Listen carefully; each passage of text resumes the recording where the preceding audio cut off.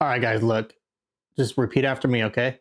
We listen and we don't judge. You ready? Repeat after me. We listen and we don't judge.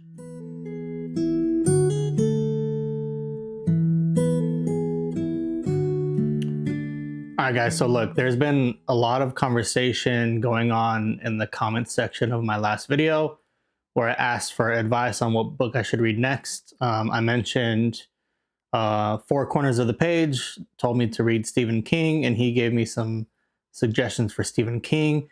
And you guys jumped in and gave me a whole bunch of different suggestions for not only Stephen King books, but your favorite authors that you started reading when you first started, and authors that you recommend for starters, for beginners now.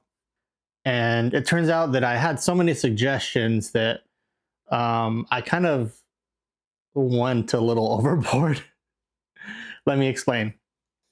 Everybody was on the Stephen King train. Everybody was pretty much recommending Stephen King to me, different Stephen King books, their favorites, or what people thought that I would be able to handle as a beginner reader. So I went to my local Barnes and Noble I planned on going in there, getting one Stephen King book, and leaving, right? And so that was my plan. So I get ready, I get in my truck, it's snowing outside, it's perfect reading weather. I get to Barnes and Noble, and I didn't leave with more than one book. So I'm going to introduce the books that I got at Barnes and Noble now, and then I have actually a little bit of a secret surprise for you guys, which I'll explain in a moment. So the first Stephen King book that I got was actually one that none of you guys really recommended to me. But I remember as a kid, my mom reading this book. It must have been one of her favorite Stephen King books because she talked about it a lot. And that book is Carrie. The reason I decided to get this book too is I was actually going into Barnes & Noble for a different Stephen King book, but I saw this on the shelf, and it's the 50th anniversary edition hardback, and it was the last one. And so I just had to get it. This is not the one that I'm going to start with, but I wanted to have this on my bookshelf. Even if I never even read it, I'm sure I'll get to it. It's a very thin book, and so this might be a pretty easy read for me, actually. So I'm sure I'll get to it, but it's not going to be the one that I start with. So the second book that I picked up actually is not a Stephen King book at all. This author is Brandon Sanderson. Ooh. I read a lot of Reddit posts and watched a lot of YouTube videos about Brandon Sanderson and the Cosmere universe. And so I wanted to get my feet wet with Brandon Sanderson.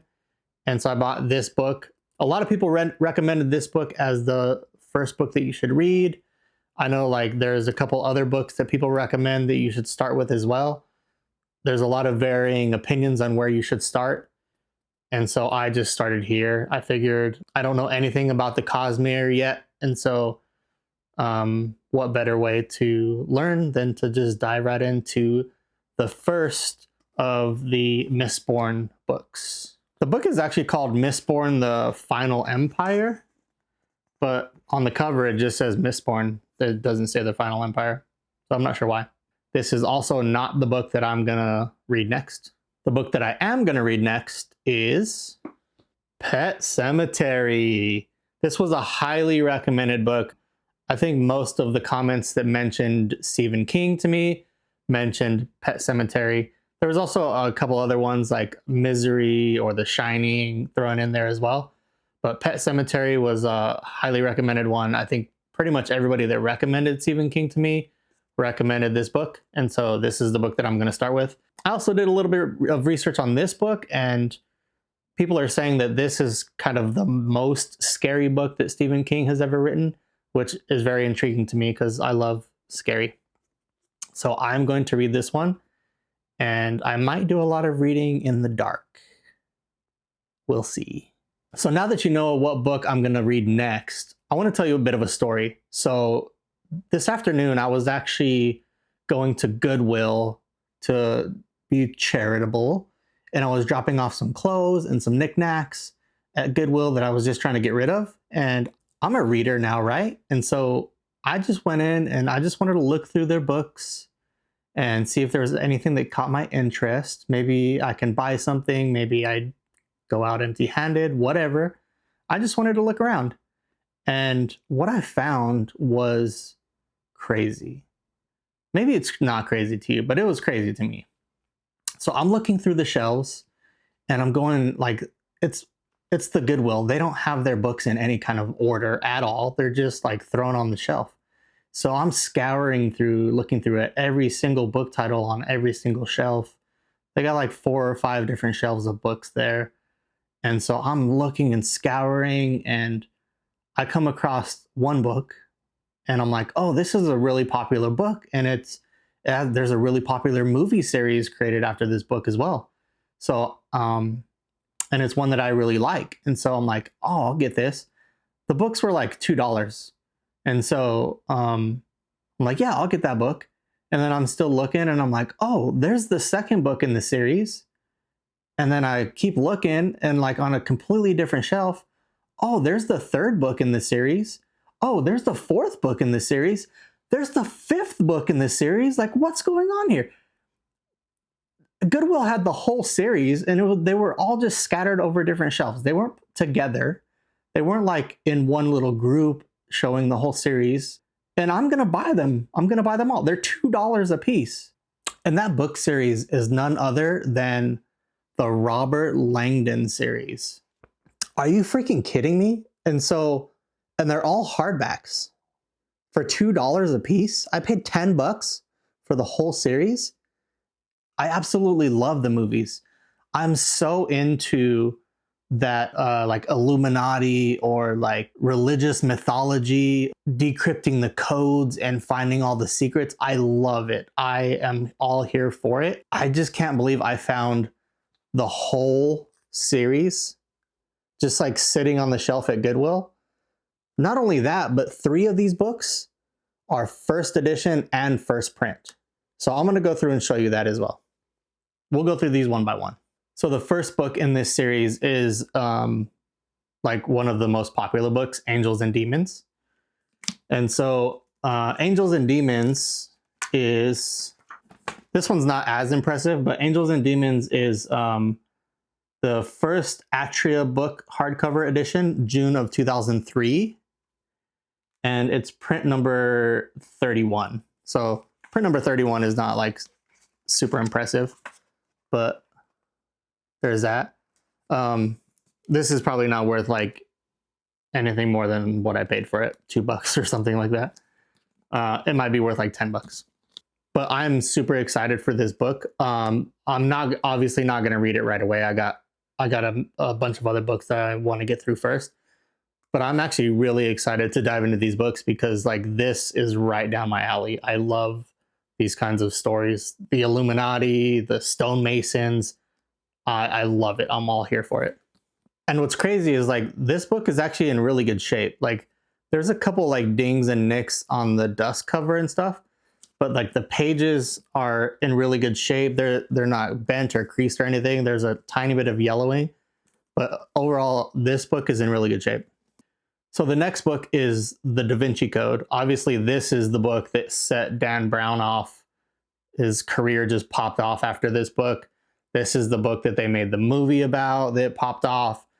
The good thing about this is I actually don't remember like a whole lot of the details from the movie. It's been a long time since I've watched it. And so I don't think it's going to be a Harry Potter situation where the movie spoils the book for me because I don't remember like a ton of the details of that movie. As far as the print goes, it's a first edition, copyright 2003, April 2003, but it's print number 5.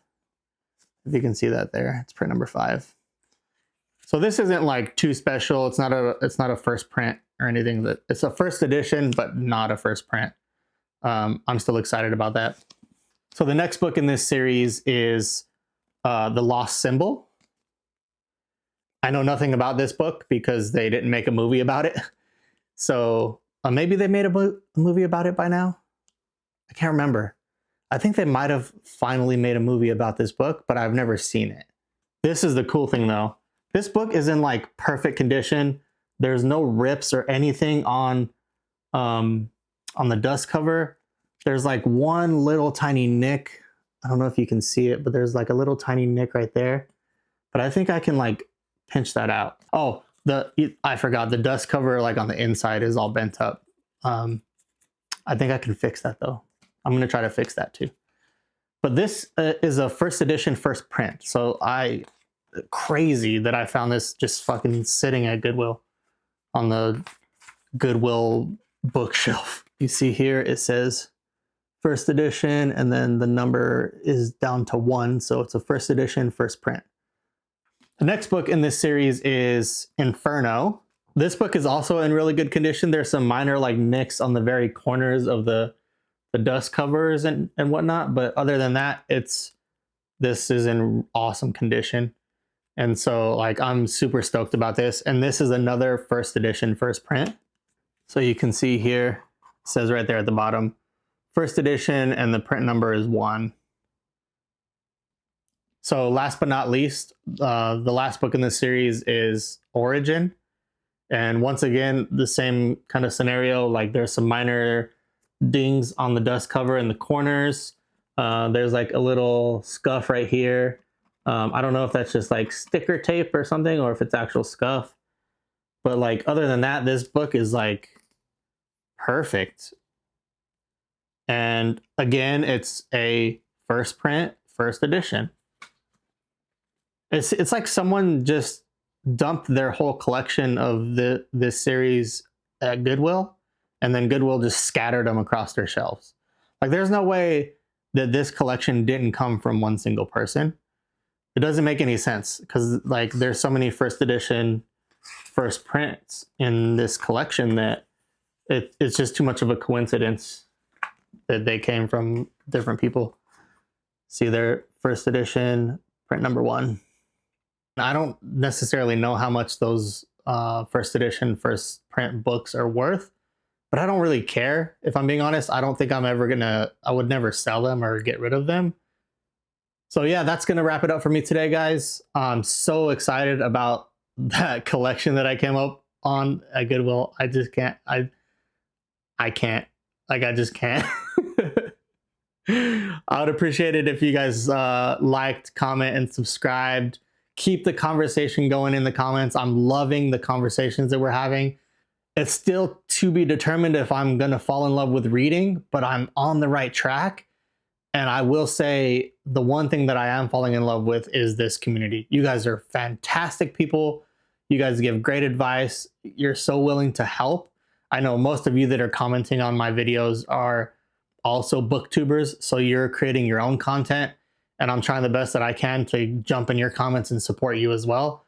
And just trying to grow our channels together. I think that's what it's all about. Thank you guys again so much. Rambling again. So I'm just going to chill out and drink some coffee, and I'll catch you guys next time. Sorry, what I meant to say is I'll catch you guys next time with potion.